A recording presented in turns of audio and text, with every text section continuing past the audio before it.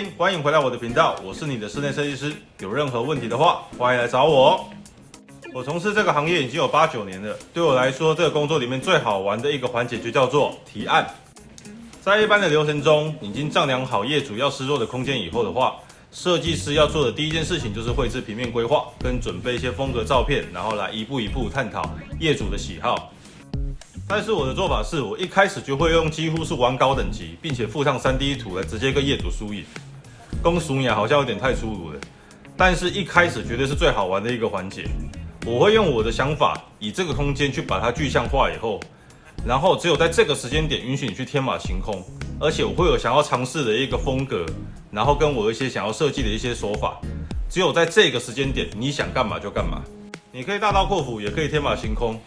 如果真的不行的话，顶多就是被打枪而已。但是如果对方能够接受你的设计的话，这不是一件很爽的事情吗？业主不就是因为对这个领域有模糊的地方才来找我们吗？如果一开始的话就是业主说一动我们做一动的话，那我会觉得其实这样子收设计费其实是有点心虚的。也许到最后也是要大改图，修到对方喜欢，这是正常的。我们不能说因为花钱的是老大，而是这完工的成品要住的是人家。他到最后可能会在那边住个5年、10年，甚至是30年。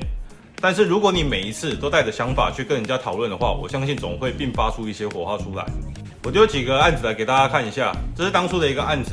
它的空间是这个样子。然后呢，我一开始丢的一个设计的一个概念是像这样子，然后呢被打枪打到爆，然后到最后的完工的图是这个样子，这才是最后客人喜欢并且接受的一个方向。以结果论来讲，我一开始丢的一个设计图，跟我到最后完工的一个图，这个完全是一件两码的事情，它是2个极端。但是不要紧嘛，我一开始有将我的一个想法去阐述出来。最后虽然被打枪了，我们还是照着业主的一个期许去完成他想要的一个风格，跟他想要的一个机能，我们还是尽力去把它做好。只是说，至少我一开始我有去为了我自己心中想的东西去做一个尝试，这没有关系，反正到最后我们只要对业主可以交代，并且我们对我们的作品的质量有所把握，这样就好了。还有像这个案例，这个空间是这样，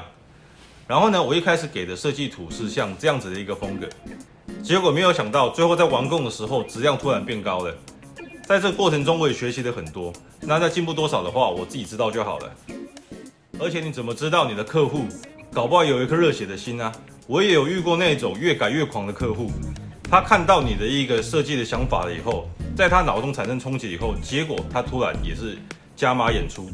他就会开始跟你参与讨论，他觉得怎么样把这个空间变得更好，然后变得更有创意，这些都有的。这些东西在你没有去尝试的时候呢，你是不会有像这种的一个效应出来的。那如果有业主愿意给你发挥的话，其实这是一件很幸运的事情。那虽然会多了1、2次的一个讨论，很多设计师会认为这样子会很浪费时间，没有办法很快的切入主题、切入核心来做讨论。但是这是我的一个做法，跟大家来分享一下。好了，那今天的影片就到这边。喜欢我的影片的话呢，请帮我按赞、订阅、加分享。那今天的影片就到这里咯，拜拜。